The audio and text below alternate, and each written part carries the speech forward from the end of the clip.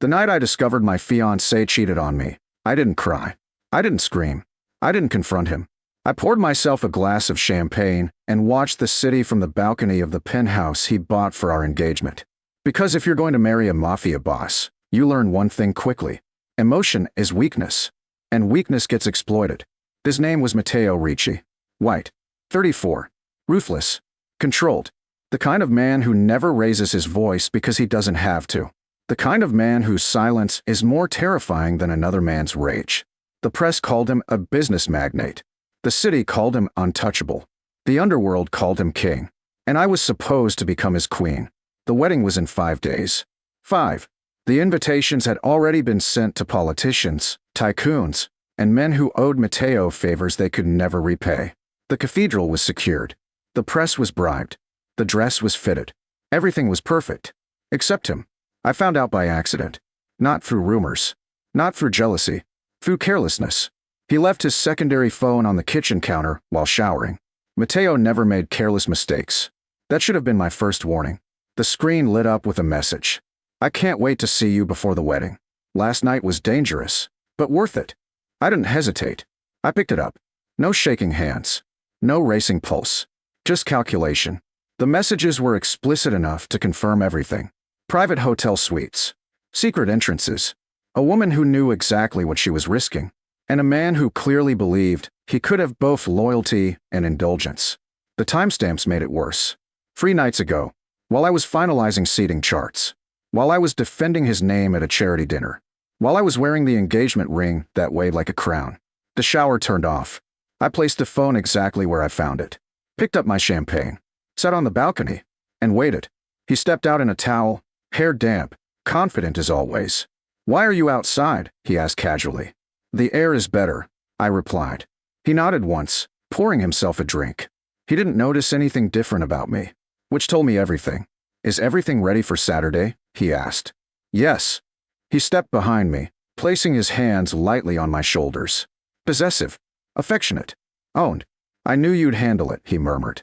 The irony almost made me laugh. "Matteo," I said softly. "Yes. If you betrayed me, would you tell me?" He stilled. Only for half a second, then relaxed.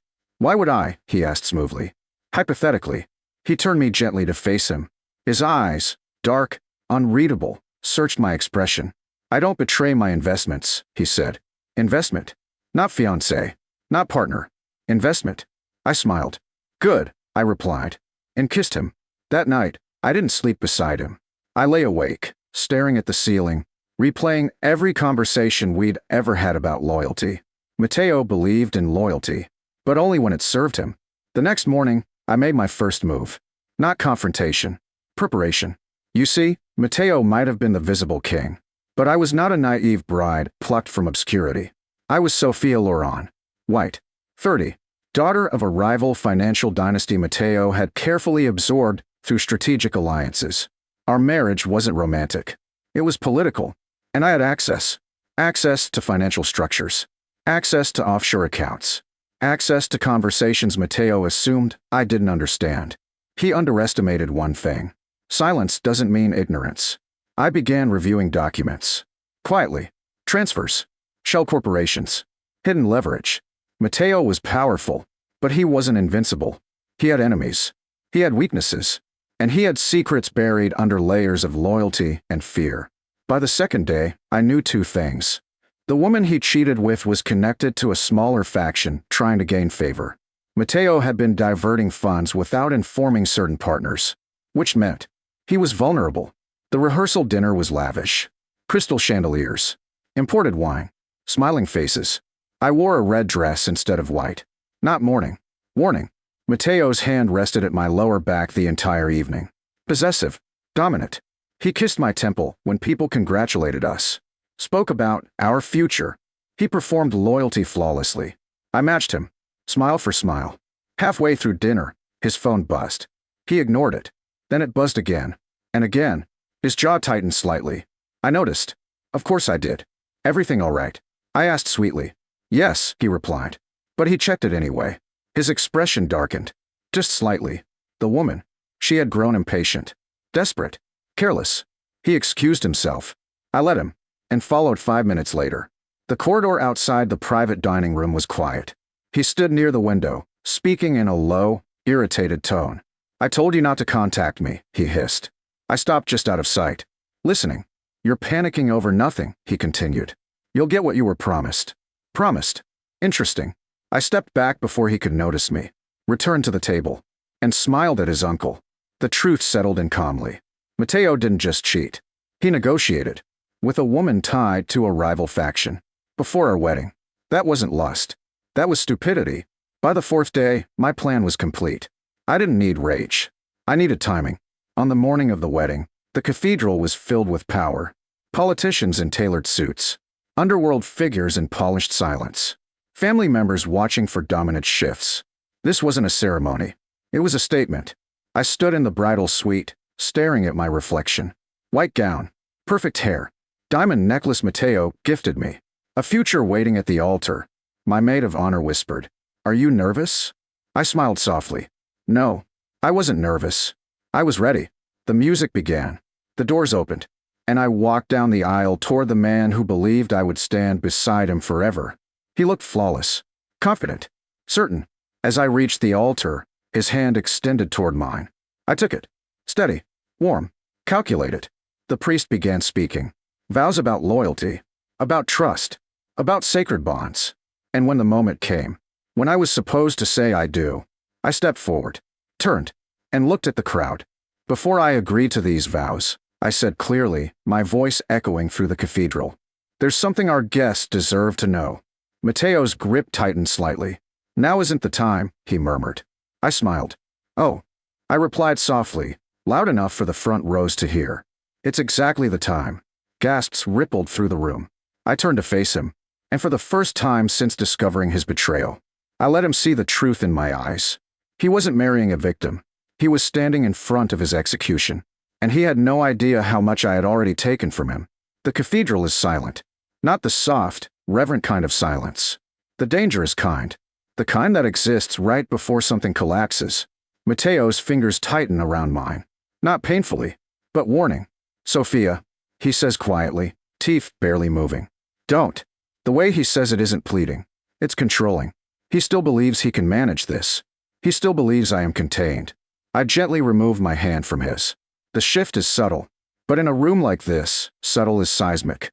I've spent months preparing for today. I say clearly, turning back to the guests. Not just as a bride, but as a partner in what this marriage represents. Murmurs ripple through the pews. Politicians glance at each other. Mateo's uncle sits forward. The rival families watch carefully. No one interrupts. Not yet. This union, I continue calmly, was built on the promise of loyalty, transparency, strength. I look at Mateo, and trust. His jaw flexes. He doesn't move. He doesn't dare.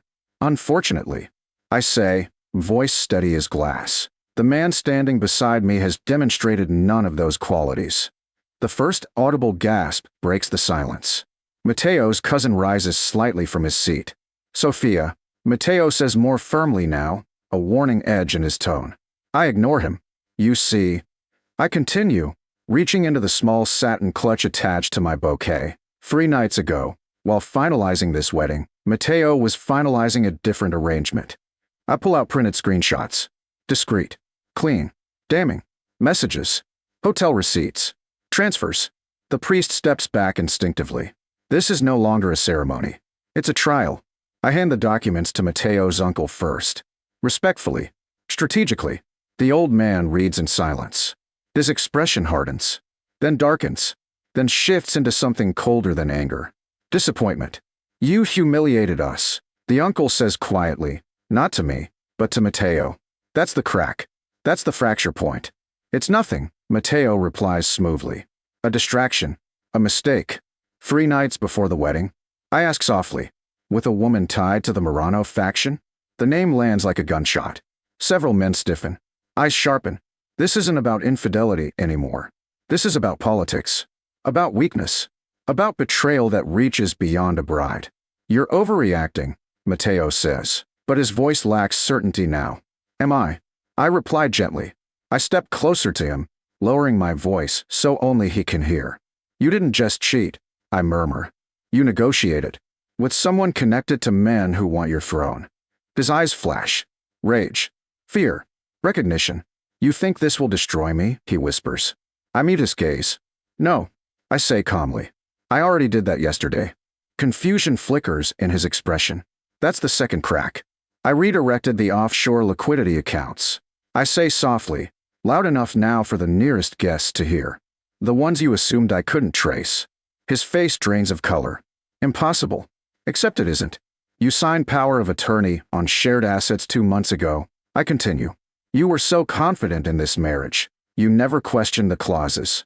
Murmurs grow louder. Phones discreetly lower. Men whisper to each other. You wouldn't, he says under his breath. Wouldn't what? I ask sweetly. Protect myself? The cathedral doors open suddenly. 3 men in dark suits enter. Not police. Worse. Auditors. Private investigators tied to 2 rival families. Invited by me. Matteo Ricci, one says calmly. We need to discuss discrepancies in your holdings. The humiliation is complete. Not because I exposed him, but because I exposed him publicly. Strategically. Politically. He looks around the cathedral. His allies avoid eye contact. His uncle doesn't defend him. The rival families don't need to move. The damage is done. You planned this, he says quietly. Yes. Since when? Since you underestimated me. I step back, lift my bouquet, and turn to face the guests one last time. This wedding will not proceed, I announce calmly, because I refuse to bind myself to a man who mistakes loyalty for weakness. Silence. Then whispers. Then movement. The illusion of Matteo Ricci cracks in real time. Not through violence. Through exposure. Through loss of trust. And in his world, trust is currency. As I walk down the aisle alone, I don't rush. I don't look back. But I hear it. The shifting of alliances. The quiet recalculations. The unraveling. Outside the cathedral, cameras flash. The press had been tipped anonymously. Of course they had. I don't speak to them. I don't need to. The documents will speak for themselves. Matteo doesn't chase me. He can't. He's busy holding together the fragments of an empire that no longer trusts him. By evening, the headlines are everywhere. Wedding scandal rocks Ricci empire. Financial irregularities surface after cathedral confrontation. Mafia Groom's bride walks away and takes the power with her. I return to the penthouse one last time. Not to cry, not to mourn, to collect what's mine. The diamond necklace stays on the dresser. I don't need gifts to prove value. My phone buzzes. Unknown number. I answer. You could have handled this privately, Matteo says. His voice is controlled again, but hollow. No, I reply calmly. Private would have protected you. Silence. Then, you destroyed me. I consider that. No, I say softly. You destroyed yourself. I just revealed it. He exhales slowly. You think you've won? I don't think in terms of winning, I reply. I think in terms of survival. And now, I say, glancing at the skyline, I build something without you. Weeks pass. Matteo's empire doesn't collapse overnight, but it fractures. Investors pull back. Allies question. Rivals circle. The Murano faction distances themselves from the woman who exposed everything. No one trusts a man who can't control his own impulses. As for me, I return to my family's board.